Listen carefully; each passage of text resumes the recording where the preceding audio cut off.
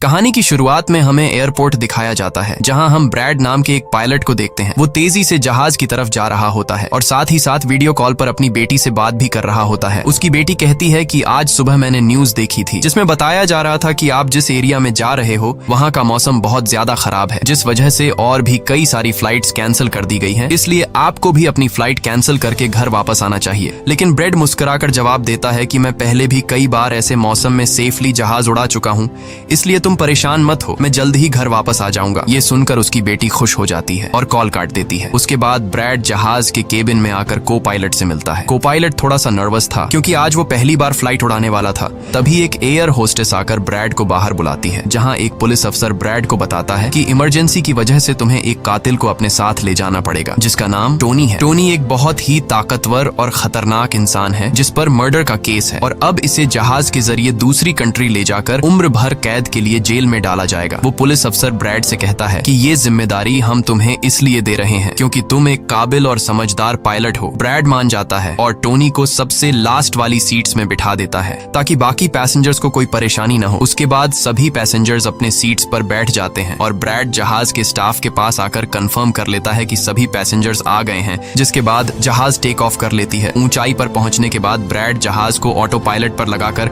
को पायलट के साथ अपनी फैमिली के बारे में बातें करने लगता है।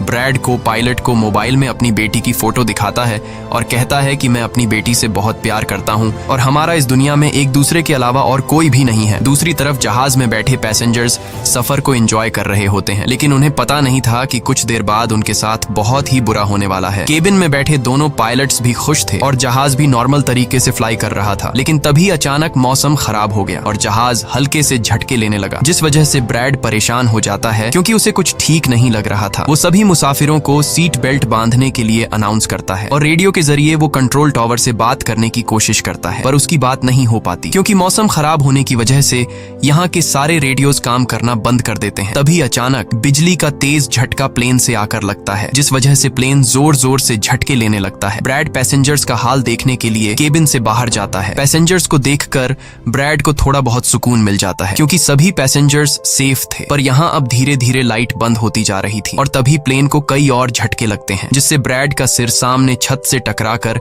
नीचे गिर जाता है और उसके माथे पर चोट लग जाती है। इस सूरत हाल को देखते हुए सभी पैसेंजर्स की हालत खराब होने लगी थी। ब्रैड जल्दी से वापस केबिन में आकर अपने साथी के साथ मिलकर प्लेन को संभालने में लग जाता है। ये उनके लिए काफी मुश्किल टाइम था। मौसम खराब होने की वजह से उन्हें आगे कुछ भी नहीं दिखाई दे रहा था। ब्रैड कहता है कि हमें प्लेन को नीचे लाना होगा क्योंकि अगर प्लेन को एक और झटका लगा तो प्लेन तबाह हो सकता है। ये लोग फौरन जहाज का अल्टीट्यूड कम करने लगते हैं और जहाज तेजी से नीचे की तरफ जाने लगता है। जहाज के अंदर मौजूद पैसेंजर्स काफी ज्यादा डरे हुए थे। तभी क्रिमिनल टोनी के साथ जो पुलिस अफसर आया होता है, उसके हाथ से मोबाइल छूट जाता है। वो अपने मोबाइल फोन को उठाने के लिए अपना सीट बेल्ट खोल लेता है, जिसकी मदद करने के लिए एक एयर होस्टेस भी अपना सीट बेल्ट खोलकर आगे आती है। अब क्योंकि प्लेन तेजी से नीचे की तरफ जा रहा था, जिस वजह से उनका सीट बेल्ट खुलते ही ये दोनों तेजी से ऊपर छत से टकरा जाते हैं।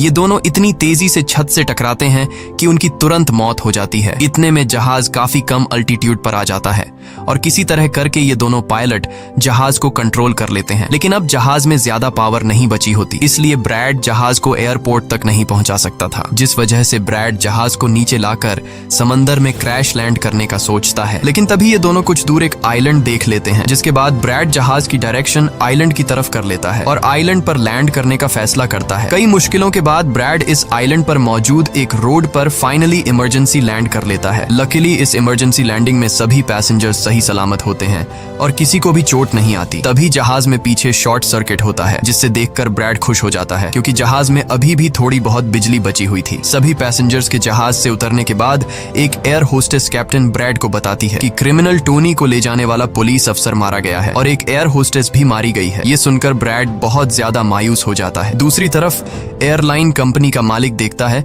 कि उसका एक जहाज अचानक गायब हो गया है क्योंकि उसने प्लेन को लैंड होते हुए नहीं देखा था और काफी देर से रेडियो खराब होने की वजह से उसका पायलट से कांटेक्ट भी नहीं हो पा रहा था। इसीलिए वो एयरलाइन कंपनी का मालिक स्कार्सडेल नाम के एक रेस्क्यू एक्सपर्ट को बुलाता है, जो ऐसे लोगों को ढूंढने का काम करता है जो मुश्किल में कहीं फंसे हुए होते हैं। एयरलाइन कंपनी का मालिक उसे कहता है कि मुझे मेरे प्लेन्स की सारी डिटेल्स चाहिए, जैसे वो कहाँ गया, उसके वर्कर्स और सभी पैसेंजर्स कहाँ हैं। जिसके बाद रेस्क्यू एक्सपर्ट अपने काम पर लग जाता है। दूसरी तरफ सारे पैसेंजर्स इस सोच में थे कि हम यहाँ क्यों उतरे हैं। ब्रैड सभी पैसेंजर्स को इकट्ठा करके समझाता है कि इमरजेंसी की वजह से हमें यहाँ उतरना पड़ा। प्लेन में अभी भी थोड़ी बहुत बिजली मौजूद है जिसे हम बाकी चीजों को ठीक कर लेंगे। तब तक आप लोग यहाँ आराम से रहें और आप लोग घबराइएगा नहीं, बहुत जल्द हम यहाँ से निकल जाएंगे। जिसके बाद ब्रैड प्लेन के पास आकर उसे ठीक करने में लग जाता है, पर वो देखता है कि जहाज में पावर काफी कम है, इसलिए उन्हें मदद का इंतजार करना होगा। ये लोग मैप निकालकर खुद ही अपनी लोकेशन देखने लगते हैं ताकि उन्हें पता चल सके कि आखिर ये लोग किस जगह पर हैं। ब्रैड का साथी को पायलट नक्शा देखकर बताता है कि हम एक प्राइवेट आइलैंड पर फंसे हुए हैं। ये जगह बहुत ही खतरनाक है। यहाँ पर ऐसे लोग हैं जो किसी सरकार या गवर्नमेंट की बात नहीं मानते। अगर इन लोगों ने हमें पकड़ लिया तो हमारी जान खतरे में पड़ सकती है और हमारी गवर्नमेंट भी हमें नहीं बचा पाएगी। ये सुनकर ब्रैड कहता है कि अब कहीं से भी करके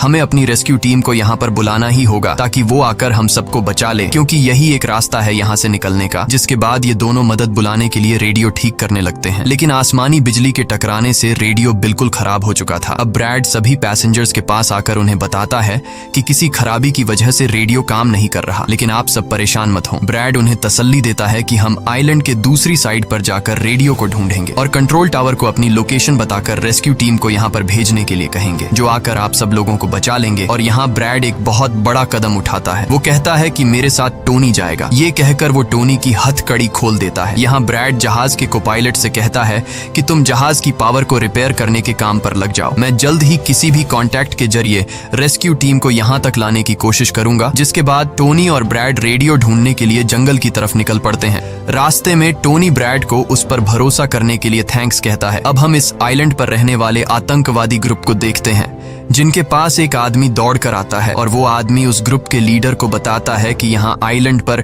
एक प्लेन आकर रुका है इमरजेंसी की वजह से और उसके अंदर बहुत सारे लोग हैं जो अलग अलग कंट्रीज से हैं। ये सुनकर ग्रुप का लीडर उस आदमी को कुछ पैसे देता है और ग्रुप का लीडर अपनी टीम से तैयार होने को कहता है। आइलैंड के जंगल में ब्रैड और टोनी आगे बढ़ रहे होते हैं। टोनी ब्रैड से पूछता है कि तुमने मुझे आजाद क्यों किया और अब मुझे कहाँ लेकर जा रहे हो। तब ब्रैड उसे कहता है क्योंकि मैं तुम्हारी वजह से सबको खतरे में नहीं डाल सकता और यहाँ एक खतरनाक आतंकवादी ग्रुप है जिसका मेरे साथ मिलकर तुम्हें सामना करना है। तब टोनी ब्रैड से कहता है कि मैं एक मिलिट्री बैकग्राउंड से हूँ और मैं यूएस मिलिट्री में कई साल ड्यूटी कर चुका हूँ। कुछ ही देर में पीछे से टोनी की आवाज आनी बंद हो जाती है। जब ब्रैड पीछे मुड़कर देखता है तो टोनी वहाँ नहीं था। वो ब्रैड से अपनी जान छुड़ाकर भाग चुका था और अब ब्रैड अकेले ही जंगल में आगे निकल पड़ता है। जंगल में आगे बढ़ते हुए ब्रैड एक खाली पड़ी फैक्ट्री में जाता है जहाँ वो एक टेलीफोन को ढूंढ लेता है, लेकिन वो पुराने जमाने का टेलीफोन खराब पड़ा हुआ था। जिसके बाद ब्रैड साइड पर लगे उस टेलीफोन के तार जोड़ने लगता है और टेलीफोन काम करने लग जाता है। ब्रैड जल्दी से कंपनी के हेल्पलाइन पर कॉल करता है। ब्रैड हेल्पलाइन को अपनी लोकेशन और सब कुछ बता देता है, लेकिन लाइन में कोई गड़बड़ी होने की वजह से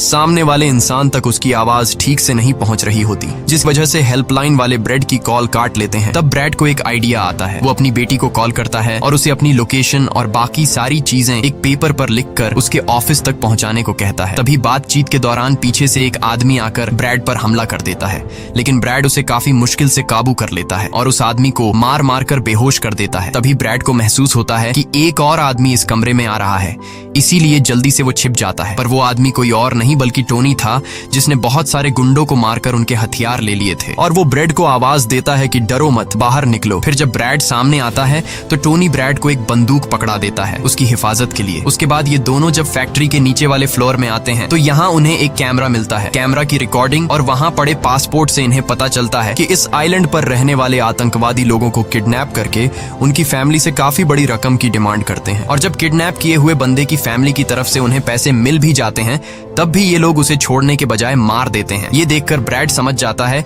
कि हमारे पैसेंजर्स भी खतरे में हैं। जिसके बाद ये दोनों बाहर निकलते हैं और सामने उन्हें एक गाड़ी दिखाई देती है। ये गाड़ी उस आतंकवादी की थी जो कुछ देर पहले ब्रैड के हाथों मारा गया। अब ये दोनों बाहर खड़ी गाड़ी में बैठ जाते हैं और अपने पैसेंजर्स की तरफ जाने लगते हैं। उधर सभी पैसेंजर्स ब्रैड के इंतजार में बैठे हुए होते हैं कि ब्रैड जल्द ही उनके लिए मदद लेकर आ जाएगा। तभी उन्हें किसी गाड़ी की आवाज आती है। गाड़ी की आवाज सुनकर ये लोग खुश हो जाते हैं और ये लोग समझते हैं कि ब्रैड उनके लिए रेस्क्यू टीम बुला लिया है। लेकिन ये रेस्क्यू टीम नहीं बल्कि इस आइलैंड पर रहने वाले आतंकवादी थे। वो लोग गोलियां चलाकर सभी पैसेंजर्स पैसेंजर्स को डराने लगते हैं। उन गोलियों की आवाज ब्रैड और टोनी ने भी सुन ली थी, जिसके बाद ये लोग कार की स्पीड बढ़ाकर जल्दी से प्लेन तक पहुंचने की कोशिश करते हैं। आतंकवादी ग्रुप का लीडर एयर होस्टेस से सभी यात्रियों की लिस्ट मांगता है। डर के मारे जल्दी से एयर होस्टेस उसे लिस्ट ला कर दे देती है। फिर गैंग का एक आदमी को पायलट से पूछता है कि तुम्हारा सीनियर पायलट कहाँ पर है, जिस पर को पायलट बताता है कि किसी काम से वो जंगल में गया था पर अभी तक वापस नहीं आया। तभी वहाँ पर ब्रैड और टोनी भी पहुंच जाते हैं, लेकिन ये दोनों चुपके से दूर से इन लोगों को देख रहे होते हैं। इसी दौरान एक औरत वहाँ से भागने की कोशिश करती है, पर वो लोग गोली चलाकर उसे मार देते हैं। ये देखकर ब्रैड उनकी मदद करने के लिए जाता है, पर टोनी उसे रोक लेता है और टोनी कहता है कि तुम शांत रहो, अभी जाना ठीक नहीं। गैंग का लीडर सभी पैसेंजर्स को एक बस में बैठा लेता है और गैंग का लीडर अपने 2 साथियों को वहीं छोड़कर उनसे कहता है कि जाओ, जहाज के अंदर जो भी कीमती सामान है उसे ले आओ। जिसके बाद ये लोग सभी पैसेंजर्स को अपने अड्डे पर ले जाने लगते हैं। गैंग के जाने के बाद ब्रेड टोनी पर गुस्सा करने लगता है कि वो लोग हमारे पैसेंजर्स को ले गए और तुमने मुझे जाने ही नहीं दिया। जिस पर टोनी उसे समझाता है कि वो लोग काफी ज्यादा थे, अगर तुम चले भी जाते तो इतनी बड़ी आर्मी से अकेले नहीं लड़ पाते। अब ये दोनों प्लेन की तरफ बढ़ने लगते हैं और उन दोनों गुंडों को पकड़ लेते हैं जो प्लेन से कीमती सामान चुरा रहे थे। ब्रेड गन पॉइंट पर उनसे पूछता है कि तुम्हारा लीडर पैसेंजर्स को कहां पर लेकर गया होगा, जिस पर वो बताता है कि यहाँ से कुछ दूर हमारा एक अड्डा है और वो सब वहीं गए होंगे। दूसरी तरफ ब्रेड की बेटी रेस्क्यू एक्सपर्ट के पास ब्रेड का लिखवाया हुआ पेपर दे देती है, जिस पर प्लेन का लोकेशन और सारी जानकारी लिखी गई होती है। रेस्क्यू एक्सपर्ट सैटेलाइट की मदद से प्लेन की लोकेशन का पता लगा लेता है। उन्हें पता चल जाता है कि प्लेन एक आइलैंड पर फंसा हुआ है और उन्हें ये भी पता चल जाता है कि इस आइलैंड पर एक खतरनाक आतंकवादी ग्रुप है। इसके बाद वो रेस्क्यू ऑफिसर अपनी एक प्राइवेट आर्मी के कैप्टन को कॉल करता है और उसे ये सारी सिचुएशन समझाकर उस आइलैंड पर जाने को कहता है। प्राइवेट आर्मी का कैप्टन मान जाता है और अपने साथियों के साथ एक पैसों का भरा हुआ बैग और कई सारे वेपन्स के बैग गाड़ी में लोड करके उस आइलैंड पर जाने के लिए रेडी हो जाते हैं। दूसरी तरफ ब्रेड देखता है कि उन आतंकवादियों के ले जाने से पहले जहाज के को पायलट ने जहाज का पावर सिस्टम रिपेयर कर लिया था और ब्रेड देखता है कि जहाज में पावर वापस आ गई है, जिसे देखकर वो बहुत खुश हो जाता है। अब ब्रेड आने वाले प्राइवेट आर्मी टीम के लिए अपनी यूनिफॉर्म पर एक मैसेज लिखकर छोड़ देता है और टोनी के साथ उस जगह पर निकल पड़ता है जहां गैंग वाले प्लेन के सभी पैसेंजर्स ले गए थे। जंगल के रास्ते से होते हुए ये दोनों उन आतंकवादियों के अड्डे पर पहुंच जाते हैं और ये दोनों गाड़ी से निकलकर चुपके से उस जगह में घुस जाते हैं जहां वो सारे गुंडे पैसेंजर्स को डराकर उनकी वीडियोस बना रहे थे ताकि ये वीडियोस इनकी फैमिली को भेजकर उनसे पैसे वसूल सकें। दूसरी तरफ रेस्क्यू एक्सपर्ट की तरफ से भेजी गई प्राइवेट टीम भी प्लेन के पास पहुंच जाती है, पर उन्हें वहां जब कोई नहीं मिलता तो टीम का लीडर प्लेन के अंदर जाकर चेक करता है जहां उन्हें 2 लोगों की लाशें मिलती हैं। ये वो 2 लोग थे जिन्हें गैंग के लीडर ने प्लेन में से सारा कीमती सामान चुराने का कहा था, लेकिन ब्रेड ने उन दोनों को मार दिया। प्राइवेट टीम के कैप्टन को ब्रेड का छोड़ा हुआ मैसेज भी मिलता है जो उस आतंकवादी गैंग के अड्डे तक आने का रास्ता था। आतंकवादियों के अड्डे पर टोनी और ब्रेड चुपके से उन पर नजर रखे हुए थे और जैसे ही उन्हें मौका मिलता है ये दोनों चुपके से पीछे से आकर 2 आतंकवादियों को मार देते हैं। फिर ये दोनों चुपके से आगे बढ़ते हैं और एक कमरे के बाहर जा पहुंचते हैं। इस कमरे के अंदर सभी पैसेंजर्स को कैद करके रखा गया था। अब ब्रेड इन लोगों को छुड़ाना तो चाहता था, पर वहाँ बहुत सारे गार्ड्स पहरा दे रहे थे और ब्रेड के पास दरवाजे का ताला खोलने की चाबी भी नहीं थी। इसके बाद ये दोनों एक एक करके उन गार्ड्स को मार गिराते हैं और टोनी तो हथौड़ा उठाकर कई सारे गार्ड्स को हथौड़े से मार देता है। यहाँ ब्रेड एक गार्ड से चाबी लेकर उन पैसेंजर्स को कमरे से आजाद कर देता है। वो उनसे कहता है कि जल्दी से उसी बस में बैठ जाओ जिसमें तुम सबको आतंकवादियों ने यहाँ लाया था, और वो सभी जल्दी से उस बस में जाकर बैठ जाते हैं। तभी टोनी ब्रेड के पास आकर बताता है कि यहाँ से गाड़ी के जरिए बाहर निकलने का सिर्फ एक ही रास्ता है, मगर वहाँ कई सारे गुंडे बंदूक लिए खड़े हैं जो हमें देखते ही हम पर गोलियां बरसाना शुरू कर देंगे। जब ब्रेड पैसेंजर्स की तरफ देखता है तो वो सभी बहुत ज्यादा डरे हुए होते हैं। अब यहाँ ब्रेड अपनी जान को खतरे में डालते हुए एक फैसला करता है और टोनी से कहता है कि मैं वहाँ पर मौजूद सभी आतंकवादियों का ध्यान भटकाऊंगा और तुम मौके का फायदा उठाते हुए सभी पैसेंजर्स को यहाँ से ले जाना। अब पहले तो टोनी ब्रेड को ऐसा करने से मना करता है। वो कहता है कि ऐसा करने से वो लोग तुम्हें मार देंगे, लेकिन ब्रेड कहता है कि इसके अलावा हमारे पास और कोई दूसरा रास्ता नहीं है। ये सुनकर टोनी मान जाता है। ब्रेड वहाँ से निकलकर आतंकवादियों के पास आता है। वहाँ ब्रेड गैंग के लीडर से बात करता है कि मैंने हेल्प के लिए इन्फॉर्म कर दिया है, जल्द ही यहाँ पर रेस्क्यू टीम आ जाएगी,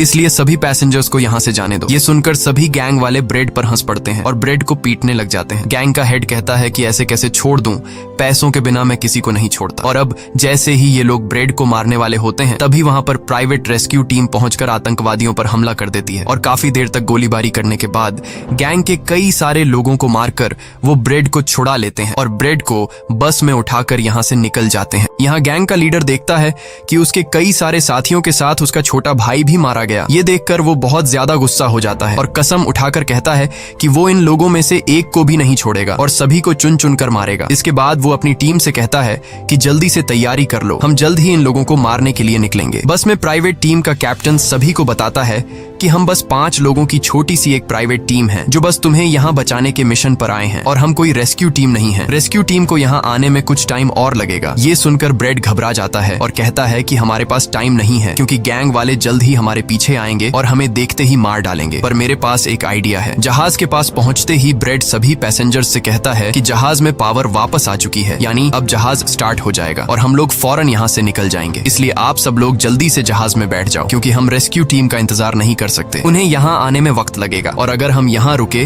तो उन आतंकवादियों के हाथों मारे जाएंगे। ये सुनकर सारे लोग प्लेन में बैठ जाते हैं जबकि ब्रेड प्लेन की तमाम चेकिंग करने में लग जाता है और प्राइवेट टीम के लोग पहले से आने वाले खतरे के लिए तैयार बैठ जाते हैं। तभी अचानक वो आतंकवादी ग्रुप आकर उन पर हमला कर देता है, जिन्हें देखकर प्राइवेट टीम उन्हें रोकने में लग जाती है और यहाँ दोनों तरफ से काफी गोलीबारी